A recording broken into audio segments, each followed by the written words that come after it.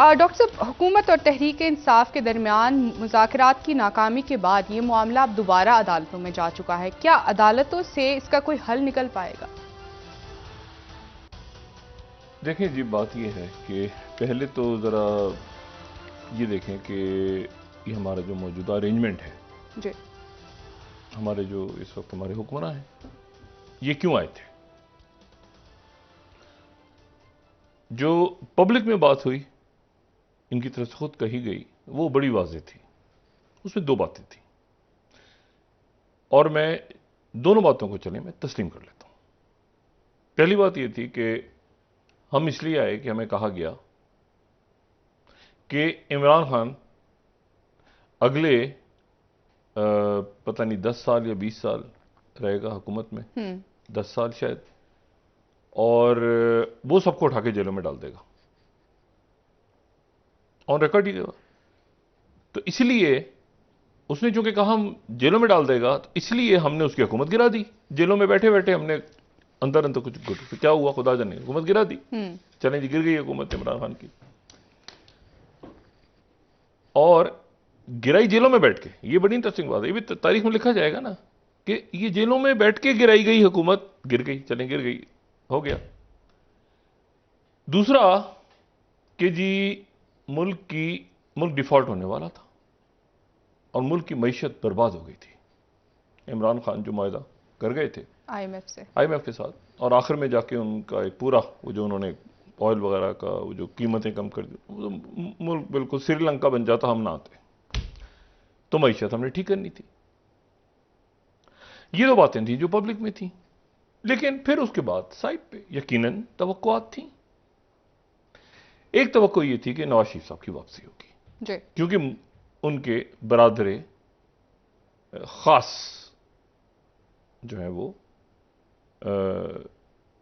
शहबाज शरीफ साहब वजीर आजम हैं, तो नवाज शरीफ साहब की वापसी होगी।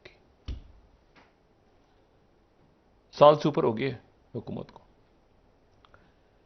और उसके बाद जो है वो इस दौरान जो है वो एक फितने का सर कुचल दिया जाएगा जी। सियासी मुकाबला नहीं होगा, सर कुचल दिया जाएगा, क्योंकि वो एक फितना है। मुज़ाकरात भी नहीं होंगे क्योंकि वो एक दहशतगर्द है। ये गुजर गया पूरा। अच्छा जी, उसके बाद और साथ ही जाहिर है कि फिर वो नैब के तरामीम और ये सारे कानून वानून केस वे सारे खत्म हो जाएंगे। ये बात थी जो पब्लिक में नहीं। और फिर सब एक घाट पे सुकून से पानी पिएंगे हमेशा हमेशा के लिए। ये सब मिलके फिर हुकूमत में होंगे। नहीं, हमेशा कहते ना, हमेशा हमेशा के लिए जो है उस एक फितना जो दरमियान में ऐसे ही खड़ा हो गया था उसको कुचल के, और फिर ये सारे के सारे इसी तरह से हुकूमत में मतलब वो 10 साल के लिए आया था, ये 50 साल 100 साल इलेक्शन होना नहीं था, करवाना नहीं था। इशू क्या था कि एक तकर्री होने वाली थी, वो हमें बताया गया। ये इनिशियल ये था स्टेटमेंट। मैंने कहा मैं दोनों को मानता हूं। अब जनाब आप खड़े हैं यहां पे मई में, ना नवाज शरीफ साहब वापस आए, ना मुकदमात खत्म हुए, ना मईशत ठीक हुई, ठीक है, बर्बाद हो गई। ना वो फितना जिसको कहते हैं वो कुछ चला गया, वो फितना मजीद ताकतवर हो, ऐसी वैसी ताकत। अब क्या करें, अब क्या करें? मतलब अब कुछ कर, अब मतलब कुछ करने को है नहीं ना। तो अब क्या बहस हो रही है कि 1947 से हिसाब चाहिए जजों का। ये इसलिए आए थे कि जजों का हिसाब 1947 से लेना था इन्होंने। 1950 से क्यों नहीं, 1956 से क्यों? आप बातें सुने और हंसें और तमाशा देखें। अच्छा, इनको अंदाजा नहीं हो रहा, मैं फिर लफ्ज इस्तेमाल नहीं करना चाह रहा, मजाक बन गए। आप यकीन करें, मजाक बन गए। इनमें से कुछ शख्सियात जो गला फाड़ फाड़ के ज्यादा चीखती हैं ना, दे लुक लाइक, क्या मैं लफ्ज, क्लाउन्स। और जो संजीदा लोग हैं, यूसुफ रजा गिलानी साहब या संजीदा लोग हैं पाकिस्तान पीपल, कायरा साहब हो गए, या अपना ये आजम नज़ीर तारड़ साहब से मेरी मुलाकात नहीं, लेकिन मतलब वजीर कानून है, संजीदा आदमी है, मतलब मेरी इनसे मुलाकात नहीं। जो नए यानी मैंने देखा है इस कैबिनेट में, तो आजम नज़ीर तारड़ साहब एक इससे कतई नज़र के उन्होंने फ़ोन पे क्या कहा, वो क्या बात हुई जजों, क्योंकि वो बड़े सेंसिबल बात करते हैं, तो बड़ा लॉजिक के साथ बात करते हैं। शाहिद खान अब्बासी साहब बड़ी मुनासिब बात करते हैं, लेकिन सबको मिलकर बैठना होगा, यहां तक कह के चुप हो जाते हैं। हमें निज़ाम बदलना होगा, कैसे, क्या बताएं ना, कैसे कैसे करना होगा, मुझे हमें बता दें किस किस को बैठना होगा, तो हम कोशिश करके बिठा लेते हैं। मतलब कैसे सबको मिलकर, सारे स्टेक होल्डर्स को मिलकर बैठना होगा। मतलब है कि एक दुकानदार, एक जो है वो जेलर, एक जो है वो थानेदार, किस किस को कहां कहां कौन कौन, सबको बैठ के तय करना होगा। यहां तक खत्म, ये निज़ाम नहीं चल रहा। बस वो एक वो ये बात तो तारुक कादरी साहब कहते थे, ये निज़ाम नहीं चल रहा, वो बात करके टक पीछे, सोल्यूशन नहीं है, हमें मिलके बैठना होगा। क्या कहें, लगे हुए हैं। अब मसला कहां अटका हुआ है कि जी वो 8 जज उधर हैं, तो 7 जज उधर हैं, तो 6 जज उधर हैं। ये इसलिए आए थे नहीं, मकसद देखें ना, मुल्क एक रियासत पाकिस्तान के बहरान देखें आप, मईशत, सिक्योरिटी क्राइसिस, आपके आईएमएफ का क्या बना, कैसे बजट बनेगा, महंगाई। आज के दिन में पाकिस्तान की जो महंगाई है वो श्रीलंका से ज्यादा है जी। श्रीलंका में आप जाके एक रोटी खरीदेंगे तो पाकिस्तान से ज्यादा सस्ती है। उन्होंने जो इंडेक्स जारी किया है पूरे के पूरे ये साउथ एशिया का, उसमें कहा है कि श्रीलंका पाकिस्तान से सस्ता है। हर रोज खबर आती है, गैस का यूनिट, बिजली का यूनिट इतना बढ़ गया, इतना बढ़ गया, खबर आती जा रही आती, फंस गए। अदालत भी फंस गई है,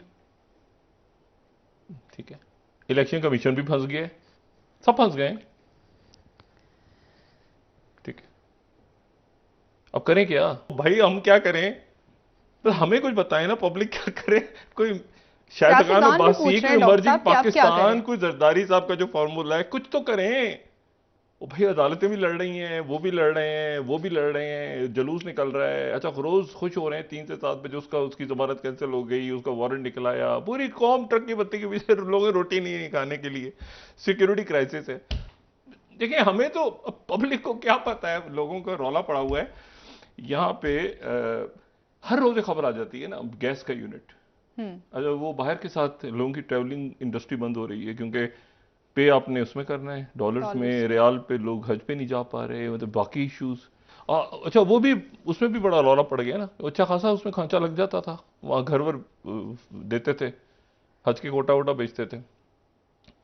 अब फंसे हुए, इलेक्शन कमीशन उस पर रेफरेंस दायर कर रहा है, वो उस पर, ये इसलिए आए थे। आप जरा सिर्फ तस्वुर, जो 3-4 काम थे, अपने इश्यूज तो कम खत्म करवा लेते ना, कम से कम, चाहे रिपब्लिक को छोड़ दें, नैब और तरमीम तो करवा लेते, केस तो माफ करवा लेते चुपके चुपके, वो भी नहीं हुआ। कुछ तो करते, मियां साहब आ जाते वापस, तो मियां साहब तराजू बराबर हो जाता। वो तराजू ही टूट गया, उसका एक पलड़ा उधर पड़ा हुआ है 7 बेंच वाला, एक उसका उधर पड़ा हुआ है, उसका जो बीच वाला डंडा पब्लिक के सर पे गिर गया आके।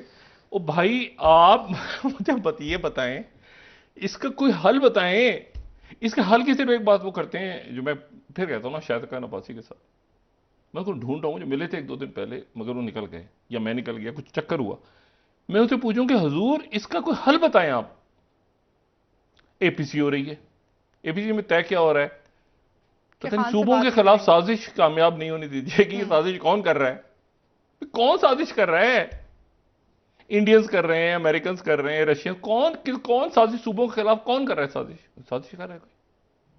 और पता नहीं एक और बात भी थी, एक दिन इंतखाबात करवाने पे इत्तेफाक। अच्छा, मतलब क्या तमाशा। मैंने आपसे कहा ना, ये किसी वक्त गड़प हो जाएगा, इन्होंने नहीं मामला, गड़प पूरा का पूरा नहीं होता, ठीक है। ये सारा का सारा जो है ना, ये क्योंकि रियासत बर्दाश्त नहीं कर पाएगी, इस्टेब्लिशमेंट न्यूट्रल हो जाए, जज लड़ जाएं, जो है वो क्या कहना चाहिए, ये बैठ के रोज 4-4 घंटे की तकरीरें करते रहें। ये सुबह उठते हैं, पता नहीं फाइलें वाइलें साइन करते हैं, फिर उसके बाद पार्लियामेंट में चले जाते हैं, फिर वहां जाके खाने वाने खाते हैं, फिर वो लंबी तकरीरें करते हैं। ये हुक्मरान है हमारे। फिर उसके बाद फिर तस्वीर आती है, 2-3 तस्वीरें आ जाती हैं, इधर रिबन विबन काट रहे हैं, फिर रात को टॉक शोज में बैठे होते हैं, एक जगह, दूसरी जगह, तीसरी जगह। इसने ये कहा, उसने कहा, कोई वजीर खजाना है, कोई वजीर दाखिला, कोई वजीर ये है, कोई वजीर फलां है, कोई वजीर 85 अरकान मुल्क को ठीक करने आए थे। और इसमें कितने तो वज़राए आज़म हैं, सदूर हैं साबिक मुल्क के, मतलब वज़राए खारजा हैं, वज़राए खजाना हैं, मुल्क नहीं चल रहा, खुद भी नहीं चल रहा है, मुल्क भी नहीं चल रहा, फंसे हुए सब फंसे हुए। अब अदालत जो है, ये नहीं, आप जरा सोचिए ना कि 1 साल पहले क्यों आए थे और अब कहां खड़े हैं। 7 का जज नहीं होगा, 8 के जज होंगे, जजों को करो। ओ भाई यार, इसलिए आए थे आप? चले अगस्त में ना करें, सितंबर में कर लें, अब अगले साल कर लें, आप इलेक्शन को 2024 में ले जाएं, ठीक हो जाएगा मुल्क आपसे। ये जो हो रहा है इस वक्त पूरे मुल्क में, जो हिजान बपा है, 2024 में ठीक हो जाएगा। अगला साल आपको पता है क्या हालात IMF के और क्या सूरत डेवलप। मकसद ये है कि कोई किसी वो ऐसे इकबाल साहब पहले जब लास्ट इनका टेन्योर था, छोटा था, जब ये इमरान खान के धरने भी हो रहे थे, मुजाहरे भी हो रहे थे, वो बात वजह कहते हैं कि इनको पूरा उस वक्त एक डिस्ट्रक्शन थी और काम नहीं कर सके। मगर उस वक्त एहसन इकबाल साहब जो हैं, उनकी तकरीबन हर दूसरे रोज CPAC के ऊपर एक ब्रीफिंग होती थी। बिल्कुल। और उनकी ब्रीफिंग्स के ऊपर फिर सलीम साफी साहब, मीडिया से और भी बहुत सारे लोग, लेकिन सलीम साफी साहब खास तौर पे उनके CPAC के सवाल उठाते थे और वो उनको एक्सप्लेन करते थे। और फिर उसके बाद उनकी पूरी सलीम साफी साहब की किताब है CPAC के ऊपर। मतलब ये कुछ ना कुछ कर रहे होते थे सब लोग। अब वजीर कानून का काम वजीर दाखिला कर रहा होता है, वजीर दाखिला का काम वजीर दिफा कर रहा होता है। वजीर दिफा के अंडर आपको पता है फौज पाकिस्तान है। बिल्कुल है। वो आप हमारे भाई हैं, इंतहाई काबिल एहतराम ख्वाजा। यानी अब आप ये सोचें कि ये तकरीर जो है ये वहां पे राजनाथ कर रहे हो, मतलब या ये जैक सल्वन कर रहे हो, गलत लोगों के पास गलत महकमे चले गए हैं। और आप माने या ना माने, इनमें से आपको फिर वही बात कहनी पड़ती है आपको कि पीपल्स पार्टी के लोग ही ठीक काम कर रहे हैं। शहरी रहमान अपनी वजारतों में, नहीं शहरी रहमान क्लाइमेट चेंज पे हैं इस वक्त, मेरे ख्याल से नहीं हुआ किसी जगह, किसी कॉन्फ्रेंस में अटेंड करेंगे और वहां से नहीं तो आराम से वो जाके प्रॉपर प्रेजेंटेशन करके वापसी, कोई सैर गुल्ला इधर उधर हिनारबानी खर।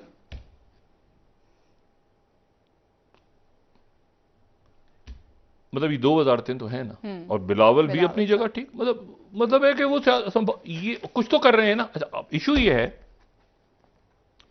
ये फंस गए। शहबाज शरीफ साहब तो पब्लिक के सामने ही नहीं आते। सो वो गए लंदन रवाना हो गए डॉक्टर साहब आज, मतलब वो गए हैं मलका बरतानिया, सॉरी ये बादशाह किंग चार्ल्स, उनकी तकरीब में शिरकत के लिए गए हैं। और फिर उसके साथ मौका मिला तो भाई साहब से भी मिल लेंगे, मतलब वैसे नहीं गए और उनसे ईद मिल लेंगे। शायद सऊदी अरेबिया भी रुके वापसी पे, शायद इस्तांबुल, तुर्की में फर्क नहीं। मुल्क का आप देखें, नवाज शरीफ साहब की, और मैं आपको ये बात बताऊं कि नवाज शरीफ साहब से इमरान खान की हुकूमत तो जैसी थी या तो क्रिटिसाइज करते, लेकिन उसके बाद 3rd टाइम प्राइम मिनिस्टर है ना नवाज शरीफ साहब। तो नवाज शरीफ साहब से एक, यानी इमरान खान बमुकाबला नवाज शरीफ है ना, इस तरह से सियासत अगर आप समझें तो नवाज शरीफ साहब से बहुत सॉलिड तगड़े फैसलों की तवक्को थी। ये जो कुछ हो रहा है ना, जो मैंने लफ्ज़ इस्तेमाल किया कि तमाशा सा बन गया है, ये तवक्को नहीं थी।